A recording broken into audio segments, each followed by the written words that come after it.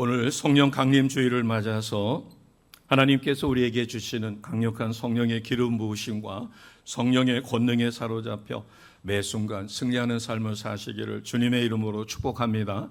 아멘. 예수님께서 승천하시기 직전에 제자들과 따르던 무리들에게 말씀하셨어요. 너희가 예루살렘을 떠나지 말고 아버지께서 약속하신 것이 있으니 그것을 기다리라. 그것은 머지않아 보혜사 성령께서 오실 것을 약속해 주신 것입니다. 자, 오늘 1절 말씀을 보면 오순절 날이 이르게 되자 놀라운 역사가 일어납니다.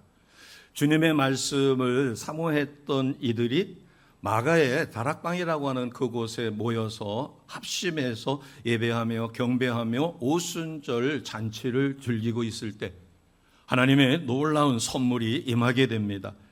자, 이것을 우리는 성령의 강림 사건이다 이렇게 이야기합니다. 1절을 보겠습니다. 오순절 성령은 어느 곳에 언제 왔는가? 자, 1절 앞부분을 보면 오순절 날이 이미 이름에 이렇게 돼 있어요. 성령이 오신 날, 성령이 강림하셨다 이렇게 하는데 강림이라는 말은 좀 어려운 표현이고 성령이 임하셨다. 어떻게 임했는가? 오순절 날 임했다. 그러면 오순절은 어떤 의미가 있길래 그 많고 많은 날 중에서 오순절을 택했을까? 이 오순절이라고 하는 것은 구약시대에 하나님이 노예 생활을 하던 이스라엘 백성을 애굽에서 해방시키셨어요. 당시에 막강한 나라였던 애굽을 10가지 재앙을 통해 하나님이 완전히 바로를 항복시키고 그 백성은 승리자가 되어 각 집에서 필요한 모든 것을 전쟁 노획물처럼 가지고 애굽을 출발했습니다. 그때 하나님은 나의 택한 백성이니까 너희는 이렇게 거룩하게 살아라 해서 시내산에 이르렀을 때 모세를 통하여 십계명을 주셨어요. 이것은 하나님의 택한 백성이니까 너희는 이렇게 거룩한 구별된 삶을 살으라는 말씀을 주신 것이에요. 그때가 언제냐면 오순절 날이에요. 그러니까 구약시대는 모세를 통하여 하나님의 거룩한 사랑의 공동체, 하나님의 군대, 이스라엘 백성을 선민으로 만드시기 위하여 율법을 주신 날이 오순절인데 신약시대에 와서는 그날 강력한 성령이 임했어요. 자, 좀 더 우리가 세부적으로 살펴보면 예수님께서 부활하신 다음에 십자가에서 죽으시고 3일 만에 부활하셨어요. 안식 후 첫날 부활하셨어요. 그러니까 유대인들은 전통적으로 토요일 날 예배를 드렸었는데 주님이 부활하신 것은 안식 후 첫날이니까 오늘 우리처럼 주일날 부활하셨어요. 자, 주님의 부활하신 다음에 40일 동안 제자들과 주변 사람들을 가르치셨어요. 하나님의 나라에 대해서. 그런 다음에 승천하셨어요. 자, 그러면 주님이 승천하신 날로부터 얼마 있다가 성령이 임했느냐 하면은 오순절이니까 10일 후에. 그러면은 부활하시고 나서 부활하신 것으로부터 치게 되면은 부활하신 날로부터 50일 후에. 그러니까 주님은 십자가에서 죽으시고 40일 동안 제자들과 주변 사람들을 가르치셨죠. 특히 하나님의 나라에 대해서. 그러니까 부활하신 날로부터 계산하면 50일 후, 승천하신 날로부터 계산하면 10일 후에 성령이 마가의 다락방이라고 하는 그곳에 임했습니다. 우리가 이 다락방의 개념을 좀 바꾸셔야 돼요. 이 다락방은 저희 성전보다 큽니다. 성지순례를 가서 보면 다락방이 2층으로 올라가는데 계단을 통해서 올라가요. 그리고 2층에 올라가면 약 200명 내지 300명이 모일 수 있는 회랑이라고 보셔야 돼요. 우리가 다락방 그러면은 소수의 사람이 모여가지고 쭈그리고 앉아가지고서는 막 금식하며 이런 것만을 연상하기 쉬운데 200~300명이 모일 수 있는 큰 회랑입니다. 더군다나 마가는 그 집이 왕궁에서 가까웠어요. 그러니까 우리로 이야기하면은 탑 클래스에 드는 상위 1%나 아니면 10% 안에 드는 사람이었어요. 그러니까 2층에 그 누락이 그 정도 200~300명 들어갈 수 있는 거니까 얼마나 그 집이 크겠어요. 성지순례 가서 보시면 실감이 나십니다. 와, 저택이다. 잘 산다. 그래서 우리가 전통적인 개념을 갖고 오순절 마가의 다락방에 소수의 사람이 웅크리고 있었을 때 그곳에 성령이 임했다라는 개념을 좀 벗어나서 오순절 그러면은 유대인들에게는 축제의 날입니다. 유대인 명절이에요.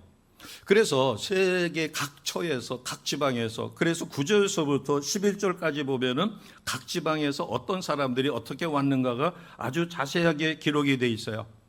이것은 후에 복음이 어떻게 전파됐는가를 가르쳐주는 말씀이기도 합니다. 그러면은 성령이 오순절날 임했다고 하는 것은 각 처에서 많은 사람들이 모여들었다가 이 놀라운 성령의 강림과 또 그곳에 있는 사람들이 방언을 통하여 자기가 알아들을 수 있는 말씀으로 하나님 나라 복음에 대해서 선포하니 그것을 듣고 그 기적을 자기 고향으로 돌아가 각자가 증거하는 증인이 되겠죠. 자, 오늘 본문 말씀에 보시게 되면 10절 하반절에 보게 되면 어디에서 온 나그네도 있었는가 하면 로마로부터 온 나그네도 있었어요. 그러니까 로마에서 온 사람들이 마가의 다락방에 있었던 120여 명이 하나님의 나라 복음을 선포하는 그것을 듣고 강력한 감동을 받아 그들이 로마로 돌아가 로마 교회를 개척했을 것이다. 그래서 바울이 로마에 갔었을 때 이미 로마 교회가 있었다라고 하는 사실입니다. 그러니까 하나님께서는 하나님의 때에 그래서 오순절 날 각 처에서 많은 사람들이 모여들었기 때문에 그들이 흩어질 때 복음을 전하기도 좋았고 구약시대는 하나님의 율법이 임하여 하나님의 나라 백성 선민을 만든 그때에 오순절 성령의 강력한 임재로 초대교회가 태동됩니다. 그러니까 초대교회가 만들어진 창설된 그것과 애굽에서 노예 생활하던 그들을 이끌어내어 하나님의 선민으로 하나의 하나님 공동체로 신앙 공동체로 만든 이 사건은 구약과 신약이 비교가 돼요. 그러니까 하나님은 거룩한 뜻이 있어서 바로 그때 모든 사람 그곳에 있었던 120여 명 모두에게 강력한 성령이 임하게 하셨다. 자, 그러면 우리가 오늘 가장 주목해서 바라보고 싶은 것은 그들이 어떤 상황에서 어떻게 성령이 임했는가. 왜냐하면 우리도 성령의 충만함을 받으셔야 합니다. 그래서 성령을 받아야만 이 험한 세상에서 승리할 수 있어요. 내가 열심을 가지고 나의 거룩함으로 나의 인내심을 가지고 신앙생활을 열심히 할 수 있어요. 본이 될 수 있어요. 그런데 안타까운 것은 내 의와 나의 열심으로 신앙생활하면 열매가 없어요. 자, 주일학교를 맡았는데 주변에서는 칭송을 받습니다. 어느 선생님, 어느 권사님, 어느 장로님, 굉장히 열심히시고 신신하셔. 그런데 본인 마음에는 정작 기쁨이 없어요. 내가 열심히 하는데 나를 쥐어짜서 하는 열심이지 내가 열심히 하고 내 심령에 기쁨이 넘쳐가지고 뭔가 하나님 앞에 더드리지 못해서 막 샘솟는 기쁨을 주체하지 못하는 게 아니라 억지로 쥐어짜고 나 자신을 쳐서 죽기까지 복종하려고 하다 보니까 힘들어요. 얼마 안 가서 번아웃 될 수도 있고 그러나 그 번아웃을 자기의 의지로 그리고 자기의 인내심으로 극복하려고 하다 보니까 신앙생활은 무척이나 힘듭니다. 그러나 난 놓고 기억자도 몰라요. 교회 생리에 대해서도 잘 몰라요. 그런데 하나님의 은혜로 강력한 성령의 기름 부으심을 받으면 그는 그냥 말할 수 없는 기쁨으로 랄랄랄랄랄 하면서 신앙생활을 하게 돼요. 오늘 우리는 이 시간에 성령 강림주의를 맞아서 강력한 성령의 기름 부으심을 받으시기를 주님의 이름으로 축복합니다. 아멘. 하나님은 유식한 자의 하나님도 아니고 무식한 자의 하나님도 아니고 모든 사람을 다 사랑하셔요. 그래서 성령이 임할 때 두 가지 표적을 보여주셨어요. 첫 번째 표적이 2절입니다. 자, 2절에 보니까 호련히 하늘로부터 급하고 강한 뭐가 있었어요? 바람 같은 소리가 있었어요. 자, 사도행전 2장 2절을 보겠습니다. 급하고 강한 바람 같은 소리가 있었다. 그러면서 그들이 앉은 온 집에 가득했다. 두 가지 징조가 나타났습니다. 하나는 귀로 들을 수 있었어요. 바람소리 같이 임했어요. 그것도 아주 급하고 강한 바람처럼. 또 하나는 3절에 보니까 불의 혀처럼 갈라지는, 그러니까 청각적으로도 체험할 수 있도록, 그리고 시각적으로도 불이 혀같이 갈라지는 그 불. 그런데 놀랍게 그 불이 임했는데도 신뢰가 타지 않았다는 사실이죠. 이렇게 두 가지 모습으로, 그러면 먼저 바람같이 성령이 임한 것은 무엇을 의미할까? 성령이 바람같이 임했다라고 하는 것은 바람은 확산됩니다. 불어가지요.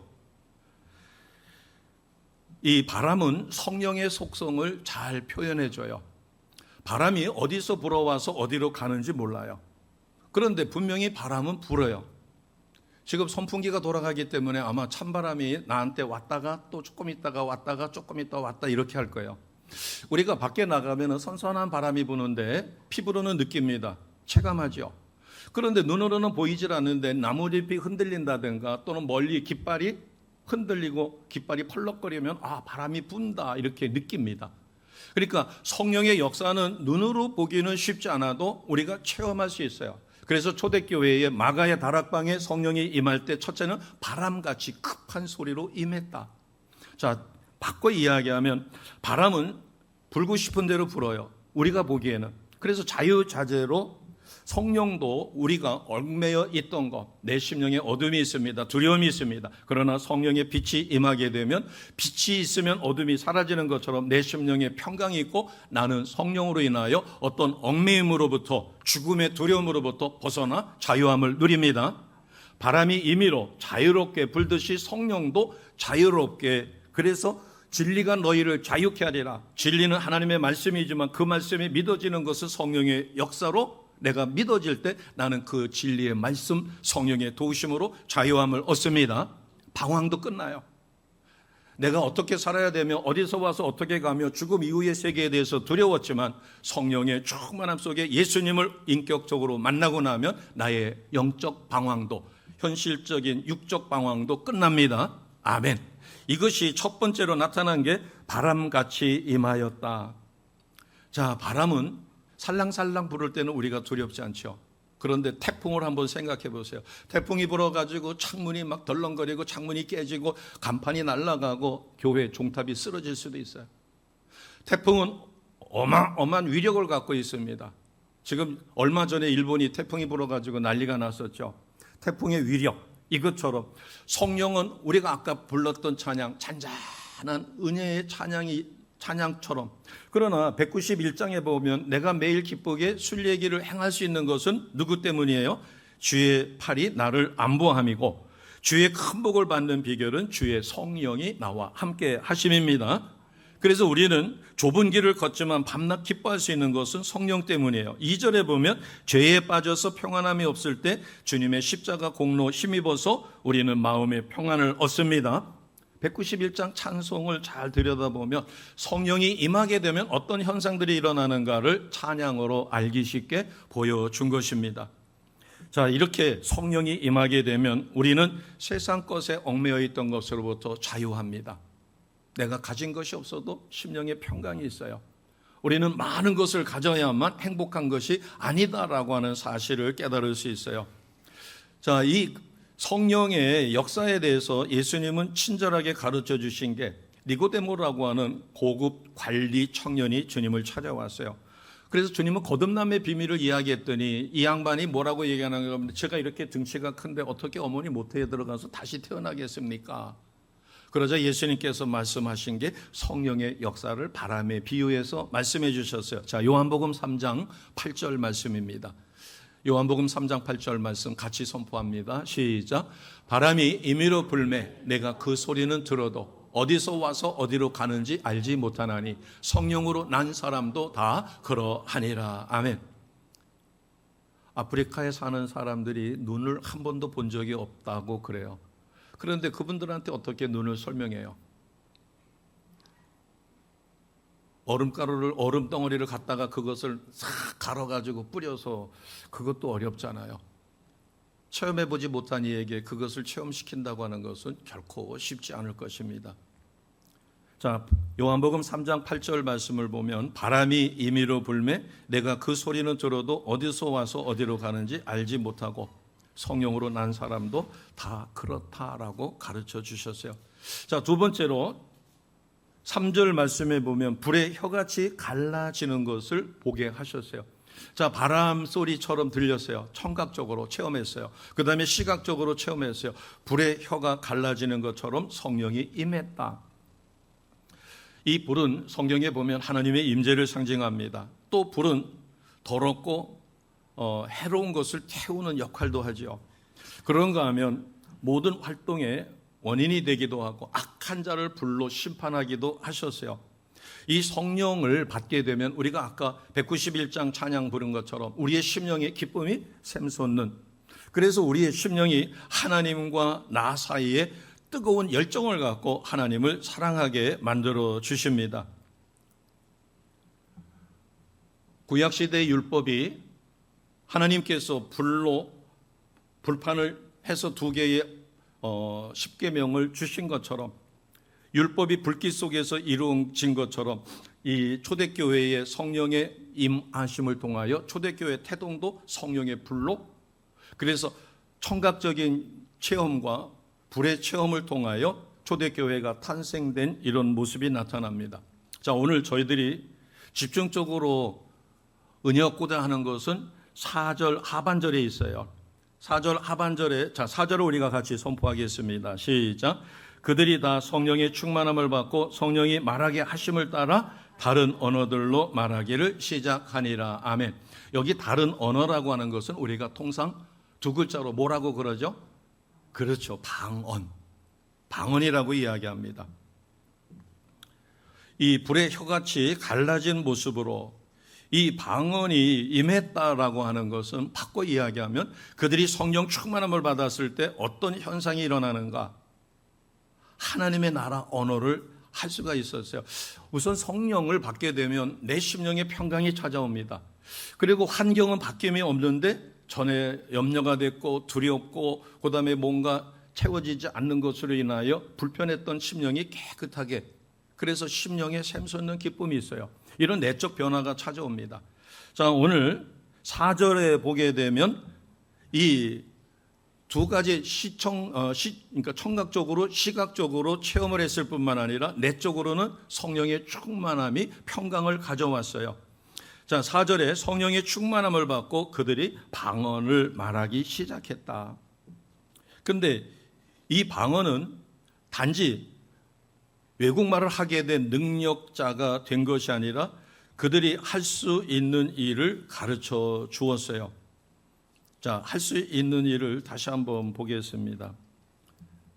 4절 말씀해 보니까 그들이 성령의 충만함을 받았는데 내적인 어떤 변화가 있었는가 하면 방언을 말하게 되었다는 거예요.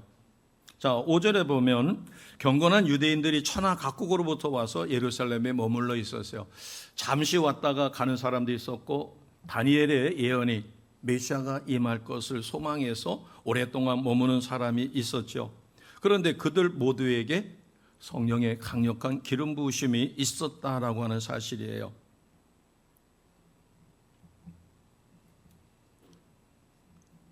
그런데 이 방언을 받은 사람들의 신분을 보게 되면, 자, 7절을 보겠습니다. 7절 같이 합니다. 시작. 다 놀라 신기하게 여겨 이르되 보라, 이 말하는 사람들이 다 갈릴리 사람이 아니냐. 여기 갈릴리 사람이 아니냐라고 하는 것은 저들은 배움이 적어 좀 무지한 사람들인데 어떻게 저렇게 외국말을 할까? 자, 어떻게 외국말을 하는지는 9절에서부터 11절에 보면은 이 누가는 구체적으로다가 상당히 많은 곳에서 많은 사람들이 왔다라고 하는 것을 사실적으로 표현했어요. 9절에 보면 바데인, 메데인, 엘라민, 메소포타미아, 유대, 갑바도기아, 본도, 아시아 쭉 해서 11절에 보면 그레데인, 아라비아인들까지. 그런데 그들이 방언을 하는데 단지 외국말만 샬라샬라 하는 게 아니라 그들이 하는 말을 각 나라 사람들이, 각 지방에서 온 사람들이 알아듣더라는 거예요. 어떻게 알아들었는가? 자, 11절을 보겠습니다. 11절에 보시면 그들은 이상한 말을 한 것이 아니라 알아듣는 말을 했는데 그 알아듣는 말에 내용이 있었어요. 자, 11절 같이 갑니다. 시작. 그레데인과 아라비아인들이라 우리가 다 우리의 각 언어로 하나님의 큰 일을 말함을 듣는도다. 아멘.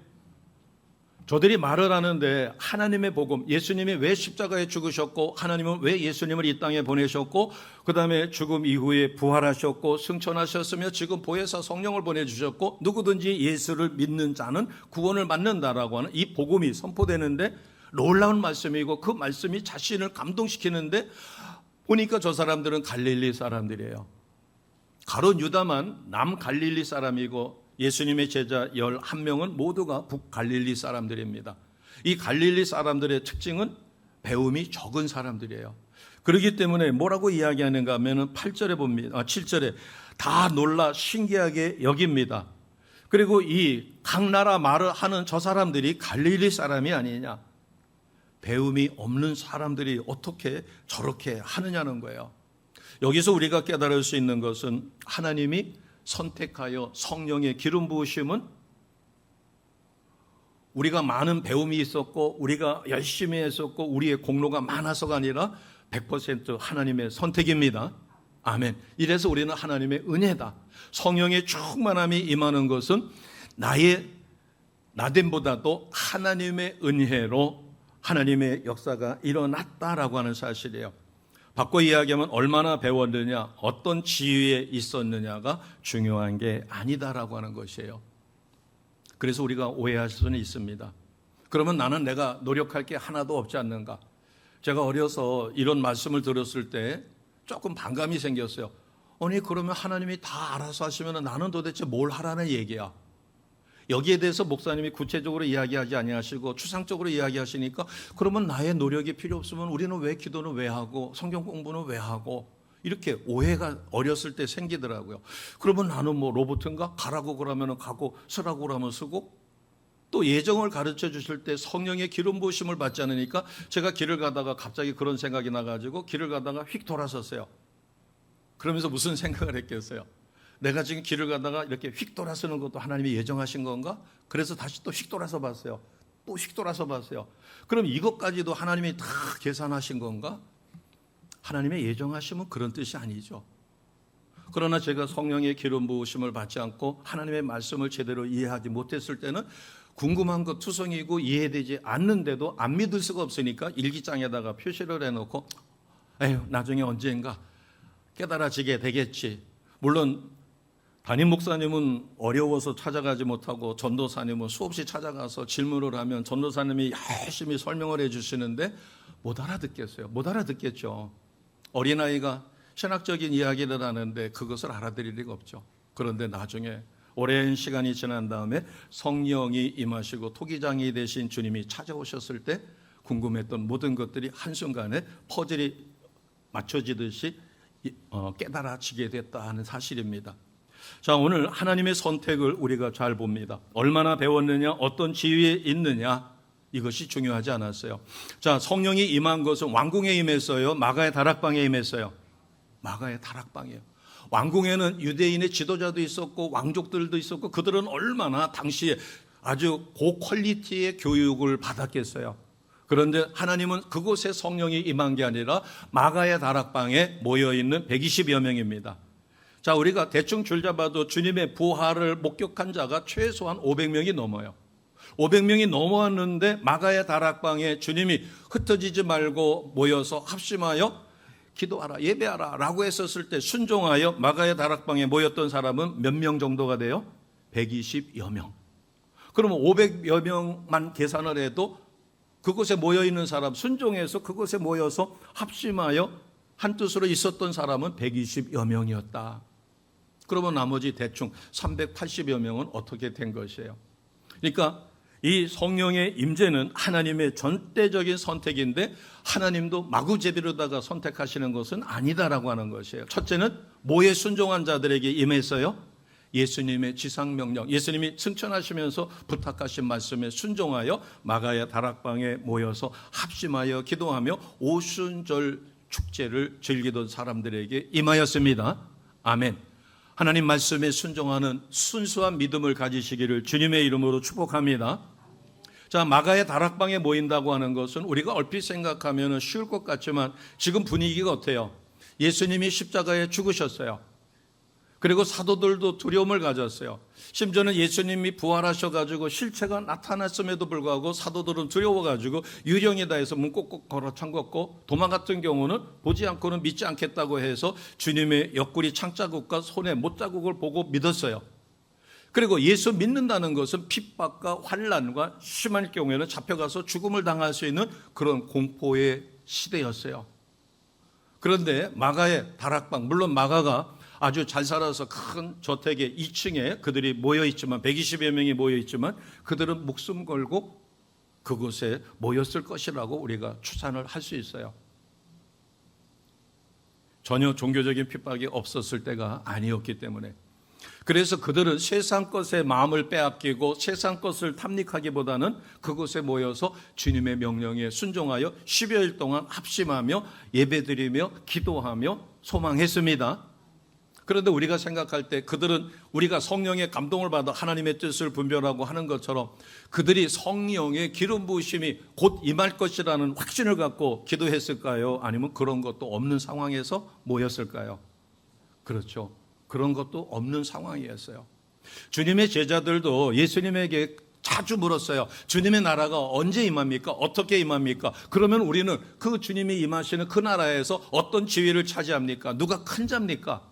제자들까지도 3년을 동고동락했던 제자들까지도 그런 상황이었는데 120여 명의 사람들이 우리가 10일 후가 되면 강력한 성령의 기름 부으심이 있을 거야 라고 소망하며 목숨 걸고 기도하지 않았어요.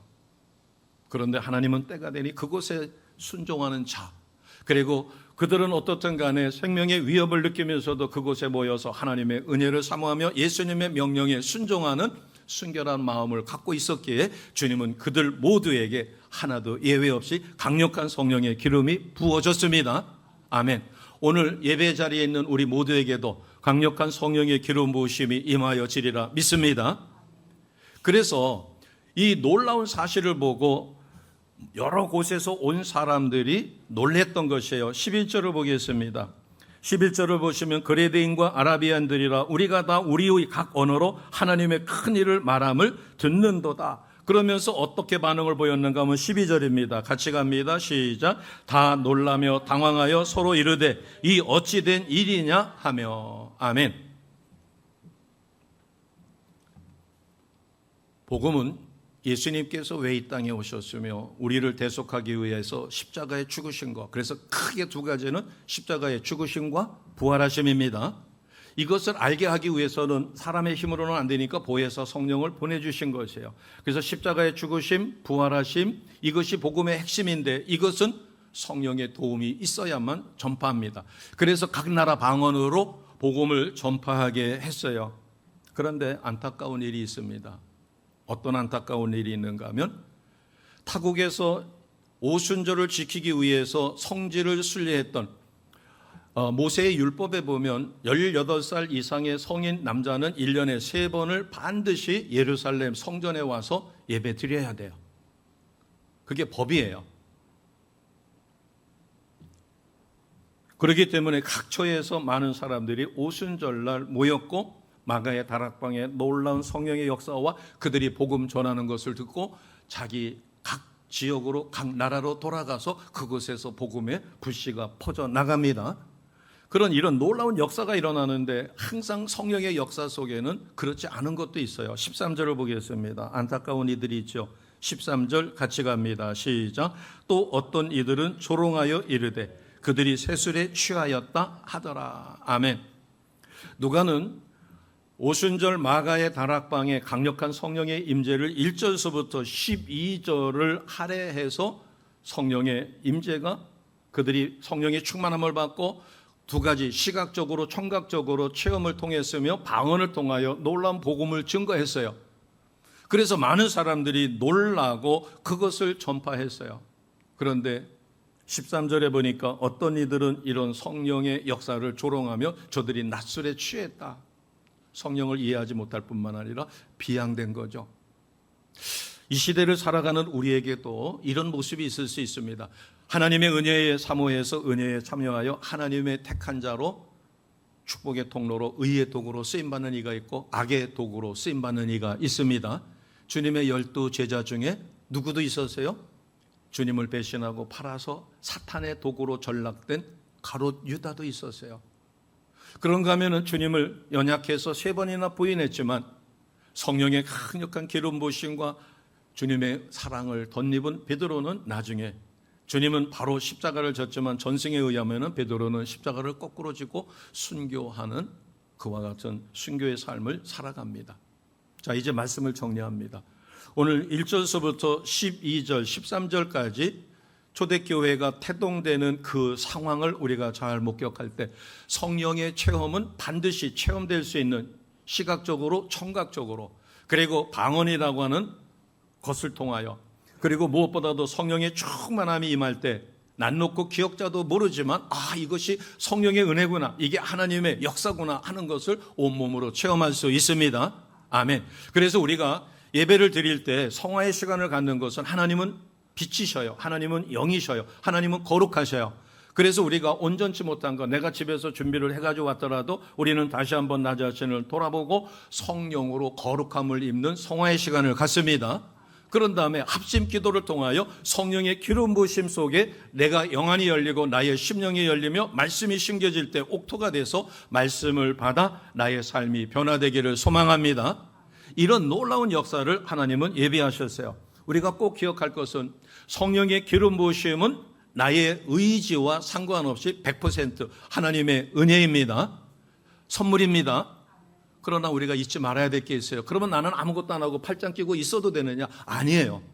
주의 말씀에 순종한 120여 명, 그곳에 강력한 성령이 임했듯이 우리는 하나님 말씀에 순종하는 자가 되셔야 합니다. 사도행전 1장 4절에 보면은 너희는 흩어지지 말고 내가 약속한 아버지께서 너희에게 약속한 것을 기다리라.